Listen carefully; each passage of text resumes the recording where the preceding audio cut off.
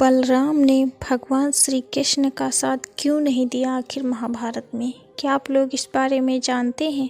अगर नहीं जानते तो इस वीडियो में लास्ट तक बने रहिए। वीडियो को बिना स्किप किए सुनिए, तभी आपको पूरी कहानी समझ में आ जाएगी कि भगवान बलराम ने महाभारत में क्यों नहीं दिया अपने भाई श्री कृष्ण का साथ।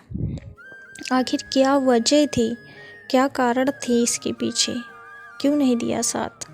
महाभारत के सबसे शक्तिशाली किरदारों में से एक भगवान श्री कृष्ण के भाई बलराम ने युद्ध में आखिर अपने भाई कृष्ण का साथ क्यों नहीं दिया था?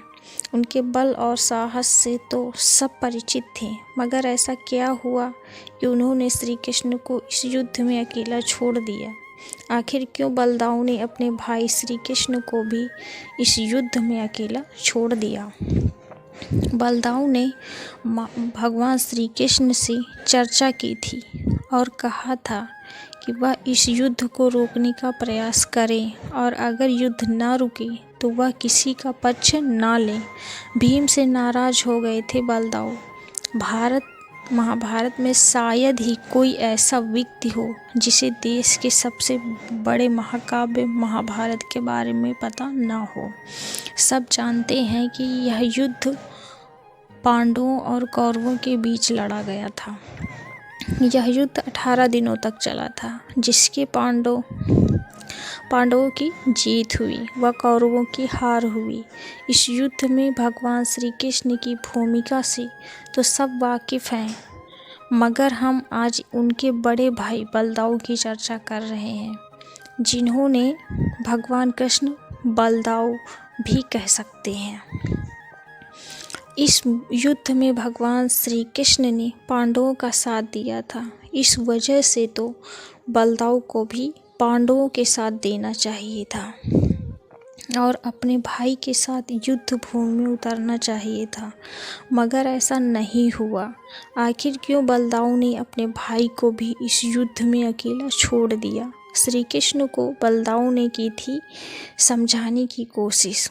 जिस समय यह पूरी तरह तय हो गया था कि अब कौरवों और पांडवों के बीच युद्ध होगा, तब उस समय बलदाऊ इस बात से काफ़ी चिंतित हो गए थे कि उनके शिष्यों व भाइयों के बीच युद्ध नहीं होना चाहिए। उन्होंने स्वयं भी दोनों पक्षों को समझाने की कोशिश की थी, क्योंकि पांडवों और कौरवों दोनों से उनका एक समान रिश्ता था। साथ ही दोनों ही उनके शिष्य थे।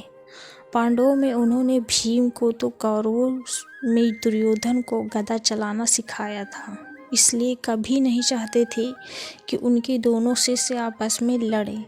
जब युद्ध रोकना संभव न हो सका तो बलदाऊ ने भगवान श्री कृष्ण से चर्चा की थी और कहा था कि वह इस युद्ध को रोकने का प्रयास करें और अगर युद्ध न रुकी तो वह किसी का पक्ष ना ले।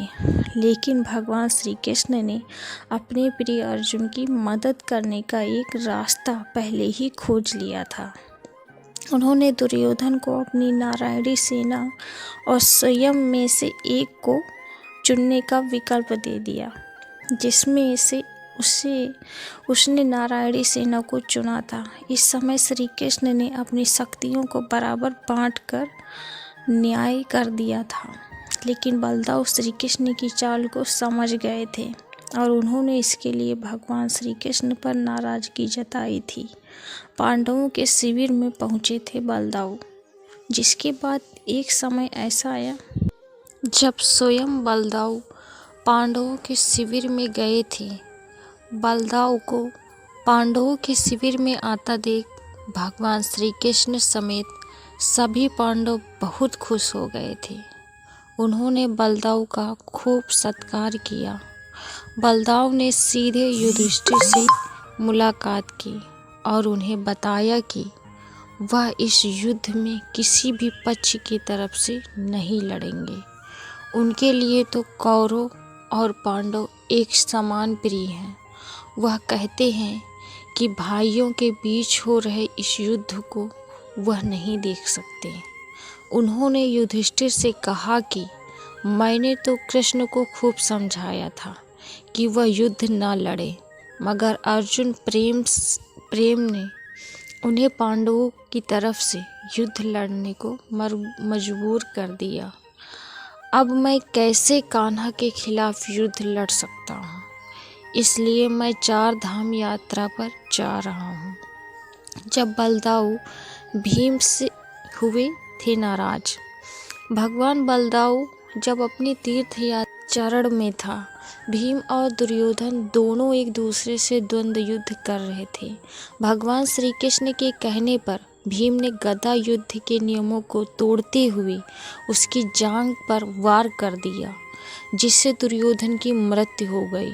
जब बलदाऊ को इस बात की खबर लगी तो वह भीम से बहुत नाराज हो गए और युद्ध नियम तोड़ने के लिए सबक सिखाने की बात कही।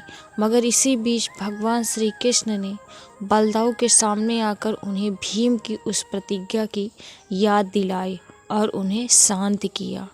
आई होप आप लोगों को मेरी ये वीडियो समझ में आ गई होगी, तो प्लीज़ मेरे चैनल को सब्सक्राइब करें, वीडियो को लाइक करें और प्यारा सा कमेंट करें, ताकि आने वाली मेरी हर एक वीडियो आप लोगों के पास पहुंच जाए।